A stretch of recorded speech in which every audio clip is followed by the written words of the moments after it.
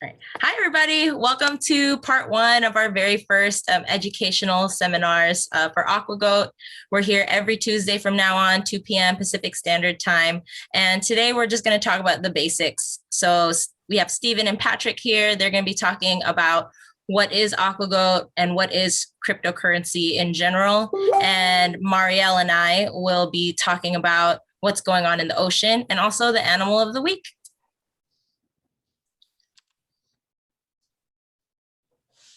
Awesome. So I'll go ahead and start it off here basically with what is a cryptocurrency? So essentially, cryptocurrency, you can consider that as a digital or virtual currency. The word cryptocurrency does derive from, the encryption techniques that are used to secure the network.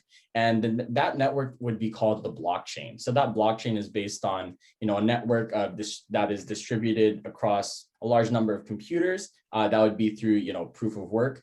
There's also the Binance chain or other similar ones that operate on proof of stake, which is where the transactions are verified through a liquidity pool. But essentially, the blockchain is a kind of like a public database where you'd be able to check out those different transactions from the cryptocurrencies. So blockchain are organizational methods for ensuring the integrity of the transactional data and are an essential component of many cryptocurrencies. For example, ours operates on the Binance Smart Chain. So we run on the Binance chain. Bitcoin or Ethereum are their own chains, and there's also many other ones out there that are developing their own chains as well. Ethereum and Bitcoin operate on proof of stake, on proof of work system, and that will be verified through mining and on its own transactions, where we will operate on proof of stake and pull from the liquidity pool. So it's a lot more eco-friendly on the proof of stake side, as we're not mining. And we'll break down kind of the differences here between what is a token and what is a coin.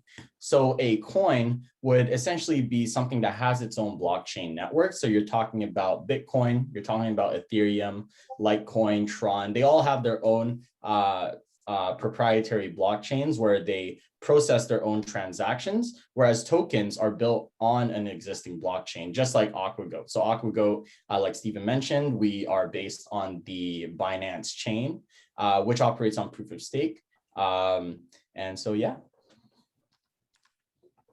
So what is AquaGoat? AquaGoat is ecological social cryptocurrency. It's a community-led token. Everybody on this screen here, everybody that's an admin and everybody that's a moderator in our chats are all community members that are volunteering to step up and try to increase their investment and through AquaGoat.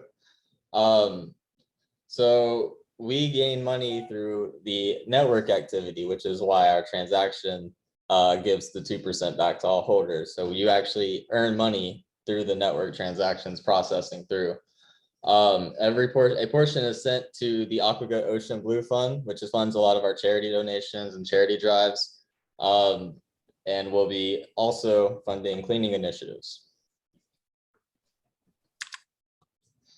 So touching base on those cleaning initiatives, essentially that's our mission, is to reduce, mitigate, and reverse the harmful effects of man-made processes on our world's oceans. Here at AquaGoat, we all believe in the future of a greener planet and a bluer ocean. We just want to basically protect what we have and nurture it for future generations to come. And so how do we do that?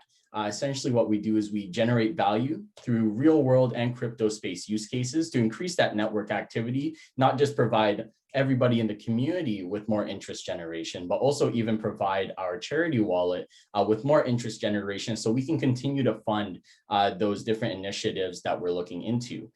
We have our network donation pool, which is that Ocean Blue Fund that does grow with every transaction, along with everybody in the community.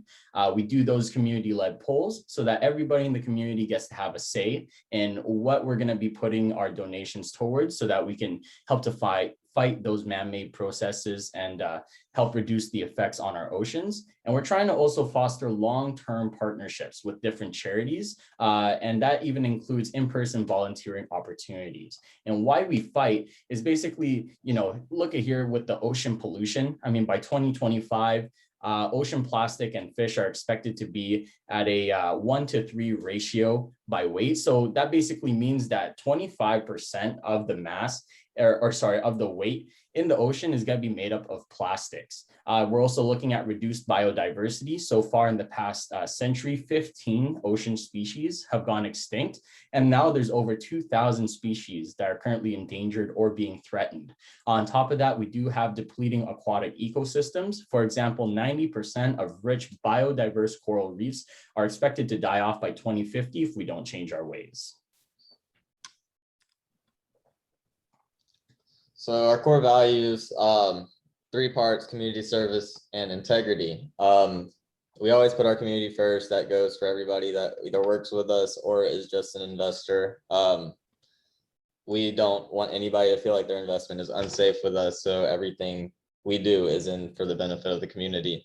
We want AquaGoat's existence to have a positive impact on the world and the oceans. And we feel like the best way to do that is with integrity and with our community, investing back into the community when we can, for whatever reason, exchange listings, charity donations, marketing, whatever we can do to keep increasing our entire community's investments. We always put our transactions out whenever we do them. We are very open and honest about everything that happens in those wallets. So you know where your investment is going at any time. If you have a question, you can ask us, hey, what's this transaction to? And we'll have at least, we can tell you where it's going. So we are very committed to our values here and haven't really wavered since the founding. Now we'll just talk a little bit about our token features here. So here at AquaGoat, the token is 100% decentralized. So it's fully community-led, again, with everybody on the team being a volunteer. And even everybody else in the community through all of their suggestions, even if they did want to volunteer, we're always open to have more people on the team. So it's fully decentralized and it is on the blockchain as well. Our contract is locked. So there's absolutely no way that anybody could change the code. This allows it to be safe. No one can mint any more tokens to kind of dilute the supply. And this protects all of our investors and our community members by, preventing any kind of bad actors from being able to change the code to being malicious, say, if they wanted to route some funds to a different wallet or anything like that. So the contract code itself is locked away and the ownership is also renounced. So again, there's no way to be able to change that code. We're also unruggable. That would mean that the liquidity is locked. When the token was launched, all of the liquidity tokens were burned. And so that means that those tokens cannot be swapped over to be able to pull out BNB or AquaGoat from liquidity. So this provides you all with, the safety of not having to worry about your tokens absolutely going to zero, because again, we're completely unruggable and that liquidity is locked.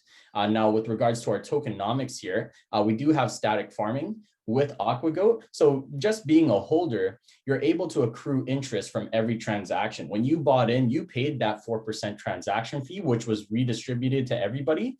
And as people hop into the network and hop onto AquaGoat and they purchase or sell or even just transfer AquaGoat, you will be receiving 4% of that fee.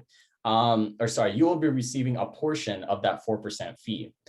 Even with that 4% fee, there is a deflationary aspect that goes into the redistribution, where the 2% redistribution, we started off with 40% of the supply being burned. So we started off with 40% of that 2% fee being burned. That works out to about 0.8% at launch. At the current moment, I think we're sitting at about 0.92 with 46% of the total supply being burned. So this burn rate does increase over time as that burn wallet grows. And this allows for supply scarcity, basically reducing the amount of available tokens and allowing each token individually to actually have a higher value over time. We also have that automated liquidity. Since that liquidity is locked, no one can touch it. but 2% of every transaction does get routed over to liquidity to be able to increase the price floor and also maintain that asset value as a protection. Okay, the tokenomics. So as I think we kind of went over in the last slide, every transaction incurs a 4% fee. 50% is sent to liquidity. So that allows you to trade easier through the AquaGoat currency.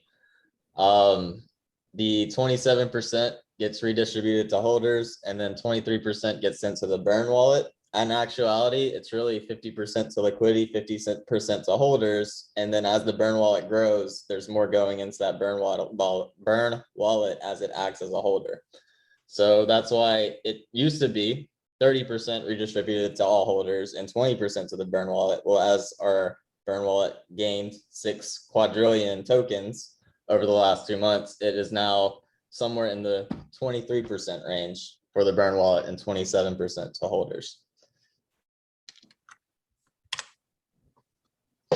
Now, what makes us different from other cryptocurrencies apart from our mission, apart from our tokenomics, where we're a genuine ecological project and we're totally rooted in crypto. I mean, every day there's always a new DeFi project out there, looking to be different, so to say, but to be honest, most of them are scams, rug pulls, or even just quick money schemes. And here we are, we're the real deal at AquaGoat. You can see what we've done in the past. We post all of our progress and we're completely transparent.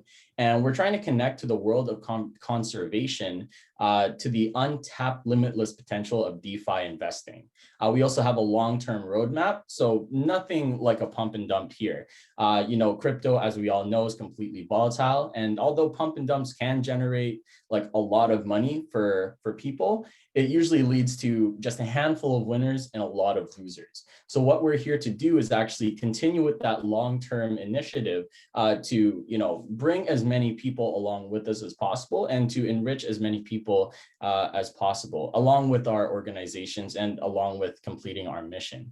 And on top of that, we have a fully dedicated development team here that's in it for the long run. So our team is completely diverse and fully international. We all work around the clock to be able to provide success to this token in a number of different avenues, such as charity and outreach, marketing, development, e-commerce integration, video games, NFTs, and etc.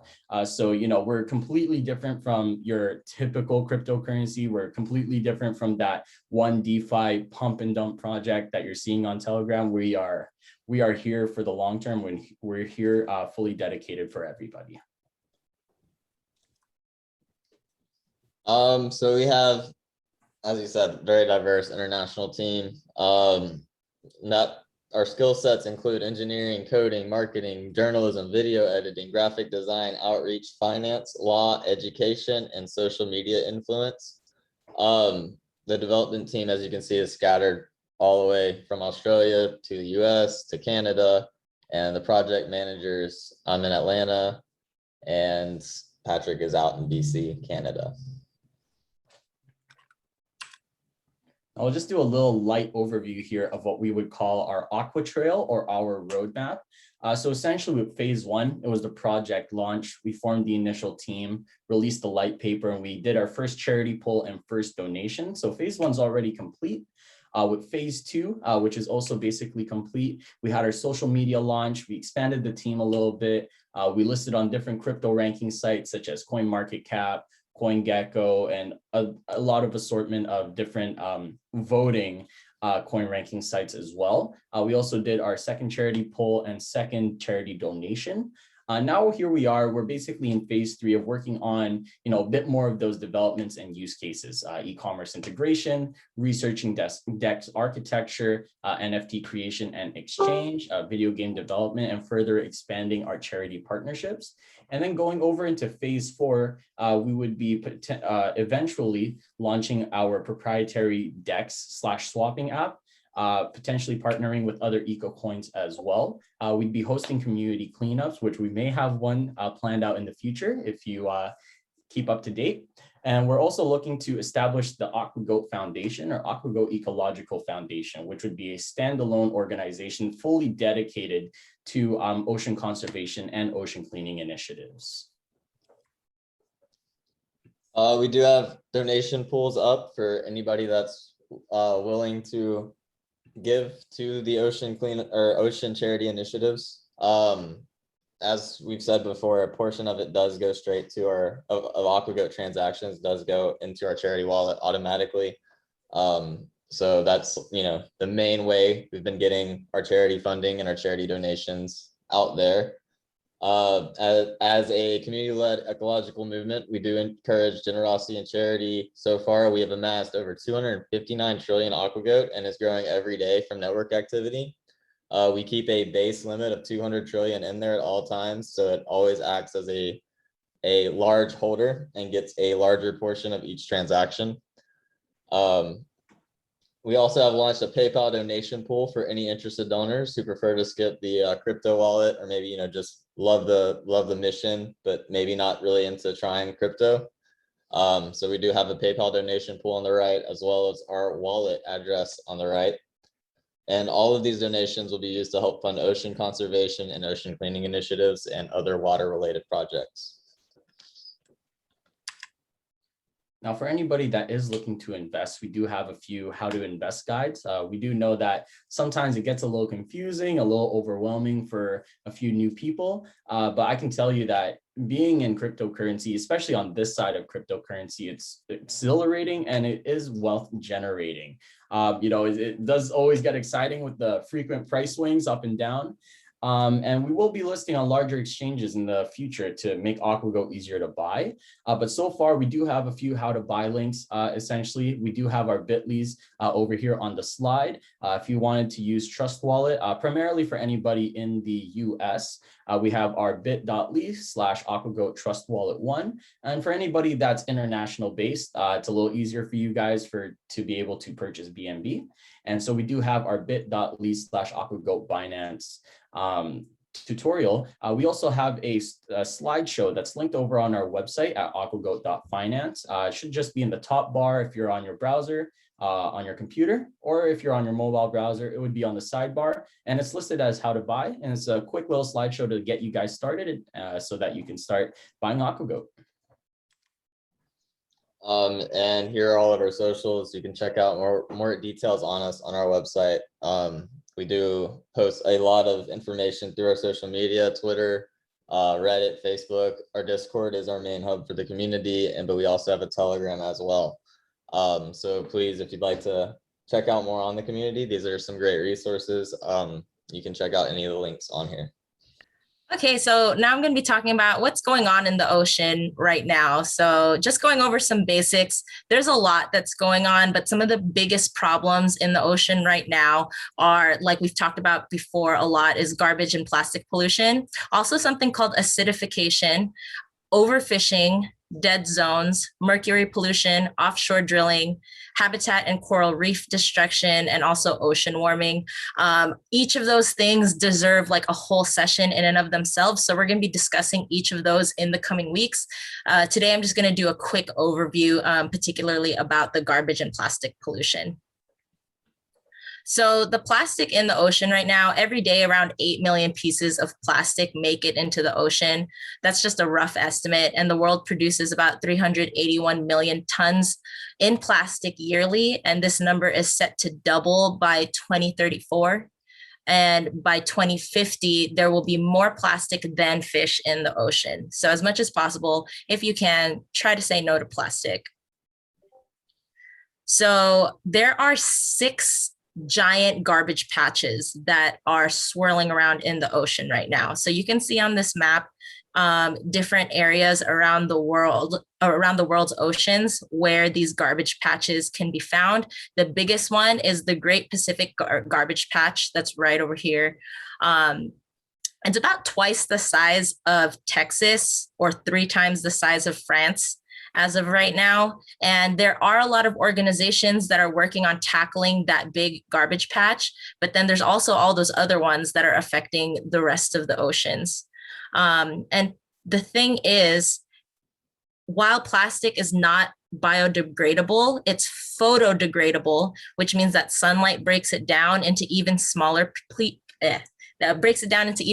pieces. These things are known as microplastics, and they're not actually broken down completely. Plastic never actually really breaks down completely. It just means that these microplastics are small enough for like plankton and tiny fish to eat, and then bigger fish eat those fish. And it just moves up the food chain in that way. And over 90% of plastic pollution is made up of these microplastics, and they're all smaller than like your fingernail. So this is a picture of the Pacific Ocean garbage patch. If you can tell, there's that that's diver that's right there. You can barely even see him, camouflaged in all of that. So it's not like we can just scoop up the trash and scoop up the plastic and be like, job well done. These things are all affecting the wildlife, the marine life that are in those areas. So it's not so easy just to, like, let's say, pick up the trash and then we're done. It's really complicated trying to clean these things up. And then also, what do we do with these plastics? Where do we put them after? So let's talk a little bit about how long it takes until these plastics are gone and how long different kinds of garbage last. So these are estimated decomposition rates if once they make it into the ocean. So if you take a look here, I'm not going to read over each one, but if you have something even like as natural as an apple core, that takes about 2 months to decompose. Then when you look at something like a tin can or aluminum cans, those can take up to 50 years to decompose. A plastic bottle, 450 years. So the human race is creating stuff that we use literally for like 5 minutes to drink our soda, and then it lasts on the earth for 400, 500 years. For a glass, it's not even determined how long it would take for that to decompose. You have something like these plastic beverage holders. I don't know if you guys have seen those really sad pictures of like turtles that grow up with these things wrapped around their shells, and they end up growing up deformed, but these things last for 400 years. Cigarette butts, disposable diapers. One thing that surprised me was chewing gum. So it takes about 25 years for chewing gum to decompose. I didn't even realize that. So that's something to note. And this is decomposing in terms of basic fragments. This isn't like decomposing into organic materials or organic fragments that can be like reassimilated into the environment. This is just degrading them into those tiny little plastics. And then let's talk a little bit about how plastic gets from your hand to your plate. So there's 3 main ways. So litter, right? So like, especially if you are in an area near a water source, that's not just the ocean, that could be the river, that could be a lake. So through littering or just the garbage runoffs from dumps, they eventually make their way to the ocean, get broken down into those microplastics. And once they're microplastics, zooplankton and other sea creatures start to eat them. And the thing is, they can't tell the difference in these little microplastics and actual food that they can eat. So what ends up happening is a lot of these marine creatures starve because they think they're eating, but their stomachs are actually just full of these plastics, these garbage pieces, and they think they're eating, but they end up just dying from starvation because nothing that they ate is actually giving them nutrients. And then the fish that do survive and don't die off, they end up on our plate, and we end up eating what they ate. Another way that we end up eating these plastics is when we dump these products and personal care items down the drain. Those make it into the ocean. And then also, like I said, the landfill runoff that are blown into the sea. So if you're curious about your personal plastic footprint, there is this website here that you can go to. omnicalculator.com/ecology/plastic-footprint. And you can actually type in like approximating about how many, plastic utensils you use a week, about how many plastic bags you use a week. And you can kind of just see where your plastic footprint is currently. It was pretty interesting. I did it myself and I was like, ooh, I got some habits that I need to change when I first, a while ago. All right, Marielle, go ahead. All right, so for Ocean Day, we are going to be broadcasting all of the animals that we're going to be posting on Instagram, Twitter, Reddit, etc. For this one, particularly today, the animal of the day is the leatherback turtle. So I'm just going to rattle off a couple of facts about them and how how plastic actually is impacting their lives. So to start, again, the leatherback turtle. So according to statistics in 2020, the leatherback sea turtle population has 2,300 adult females remaining, making it the world's most endangered marine turtle population. The leatherback sea turtle are the representatives of a group of reptiles that has existed on the earth for about the last 100 million years. As a fundamental link in the marine ecosystems, they provide a vital source of income for ecotourism in coastal communities. Extensive turtle and egg harvest and by-catch in fishing gear are the primary causes of these declines. Leatherback sea turtles are listed as an endangered under the endangered species category. Now, with regards to these plastic bags, so plastic bags and other plastic waste can be mistaken for jellyfish, which then gets eaten by these sea turtles and then creates intestinal blockage which ends up being basically deadly for their health. So riling back to what Janelle was saying and how impactful it is for even this one creature. Think of it, if you were to scale it to each, marine life figure in the ocean, you think, wow, like the ocean is such a big place. And then if we were to throw all of the garbage out, like it would, be detrimental to the species. And again, with no exception, the leatherback turtle is endangered. And partially that is due to the fact that, human waste is just being thrown into the ocean. Now, lastly, the leatherback sea turtle has the widest global distribution of any reptile. Once prevalent in every ocean except the Antarctic and Arctic. Its population is rapidly declining in many parts of the world. So again, just going back to what I was saying, due to its rise on being extinct from the planet, especially again with females, there's not a lot of female sea turtles available now. So the problem is that they're just on the rise to being extinct, and then we're feeding into that because of the amount of waste in the ocean. Because what happens is that they think that is a jellyfish, and then again, it just, they end up eating it, it stays in their stomach, they end up getting, intestinal blockage, and then they die off. And that has part to do with, again, human waste. So other than that, that's a little bit of a roll-off in regards to the leatherback sea turtle. Again, I'll be posting all of the information regarding this animal in our Instagram, on our Twitter, Reddit, Facebook, etc. So you can find more about the leatherback sea turtle. And as we continue with these education seminars, we'll be discussing more about different animals and different creatures of the sea. So yeah, stay tuned for that, guys. And I just want to add on just a exciting little preview of what's to come. AquaGoat, we don't just talk the talk, we also walk the walk. So we actually have some things going on in the background as we speak that has to do with turtles. And very, very soon, I can't wait till we can announce it, but very, very soon, we will be doing something that has to do with turtles. So all the donation wallets and the things that you guys have been helping us with as a community, like it's going to have to do with turtles.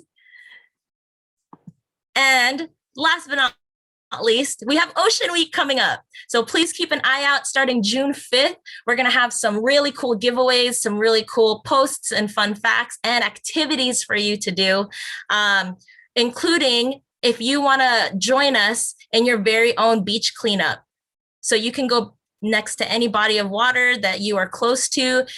Do it on your own, do it with a group of friends. We're going to be posting some of these activities that you'll be able to do, and join us because we as a team are also going to be doing the same thing for Ocean Week. Also, especially look out on Ocean Day on June 8th. There's going to be some big things coming up. So we are really excited for this. We hope that you join us for Ocean Week and particularly for Ocean Day. And yeah, so that concludes our very first education session. We hope that you guys learned something about cryptocurrency and about the ocean. Please let us know any questions, comments you have in the chat. Let us know in the comments. And we appreciate your guys' support and appreciate the community that has really helped us to rise as an eco token. Thanks, you guys.